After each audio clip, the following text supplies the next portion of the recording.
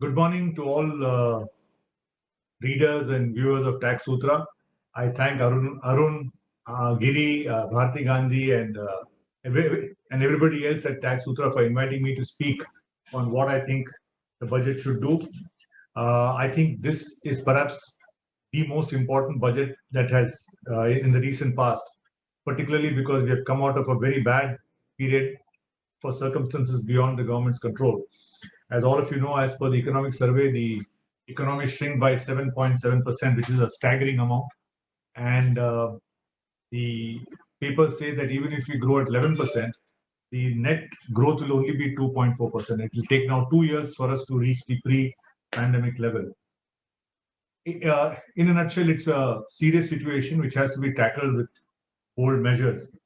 Well, of course, the government has to be congratulated for controlling the pandemic. Compared to many other countries, we are far better off. And the vaccine also gives a lot of hope in the near future. As far as the taxation is concerned, I expect a fundamental shift from a tax policy which is based on revenue maximization to something which is based on growth maximization. Our tax policy must be such that it encourages growth and does not simply focus on revenue collection, irrespective of the collateral damage that it can do. The most egregious example is the Vodafone retrospective amendment. But apart from that, there are several other changes, not only in direct taxes, but indirect taxes, which have proved to be a great dampener and a serious setback. In fact, many foreign clients, they are, of all the things, they are most concerned with the manner in which our taxation policies are drafted and implemented. So we have to first change that thing and have real policy which encourage growth and not simply focus on collecting as much money as possible in whatever way. Now, on the specifics, I would like to see in that certain provisions which are completely destructive of growth are taken away. I have never understood Section 2, subsection 24, clause 18, which seeks to tax a subsidy as income. I mean, I never understood the logic. If a state government is going to give me subsidy for setting up a unit in a backward area or setting up units in a new growth area, what is the purpose in taxing that subsidy as my income? And the clause goes on further to even take concessions, benefits given as income. That has to really go. Just to give an example, we keep saying that the real estate sector is the third largest generator of employment. It has a huge domino effect. But if you see the statutory provisions, they are hardly conducive to the growth of the sector. I don't see why we should have a cap on interest on commercial and other assets. There should be no cap on the interest that is allowed while calculating income from house property. Similarly, I would be very happy if 43CA is deleted. It is very unfair to tax the builders on the difference between stamp duty valuation and the actual valuation. All of us know that the stamp duty valuation in most cases is completely unconnected with the market value. That is meant for generating stamp duty, and that should not be the basis for making people liable to pay tax. Similar other provisions also, like Section 56, have to be really thought about because they have become very, very serious tools of harassment and extreme interpretation, whereby you now start taxing notional income, which is never earned by the SSC, but on which he has to pay a substantial amount of tax. The other thing which I would like to see is in the pandemic, a lot of people have been affected. The NGO sector must be encouraged. Of course, we have got enough material or enough resources to tackle the bad apples, but the kind of treatment which is given to NGOs, particularly the proviso to Section 2, subsection 15, whereby any income earned by the NGO is a ground to knock off its charitable status. That should go. We should restore it to the pre-2009 level. And I would also like to see deduction given under Section 37 for amounts contributed for corporate social responsibility.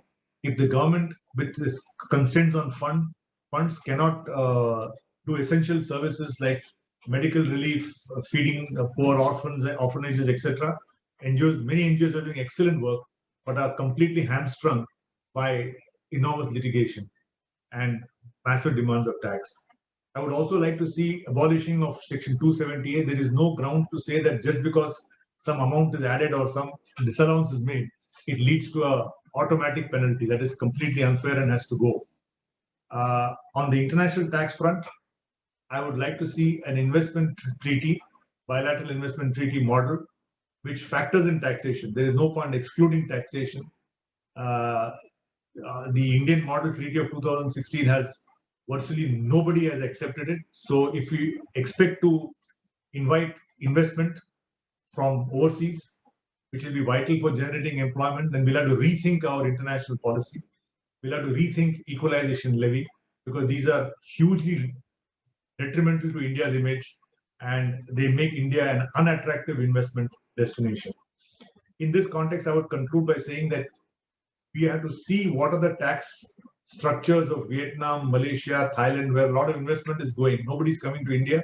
Many people are going to Vietnam and Thailand because of apart from the ease of doing business, their tax structures are also much more simple. So in my view, we should benchmark that if a company is being set up, let us say to manufacture refrigerators, what is the tax it will pay in Vietnam or in Malaysia or in Thailand?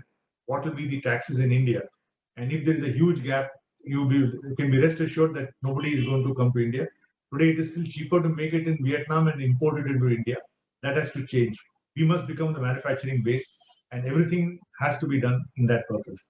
The fundamental problem, in my opinion, is that each department acts in a separate silo, in a separate vertical. They act in a unidimensional way.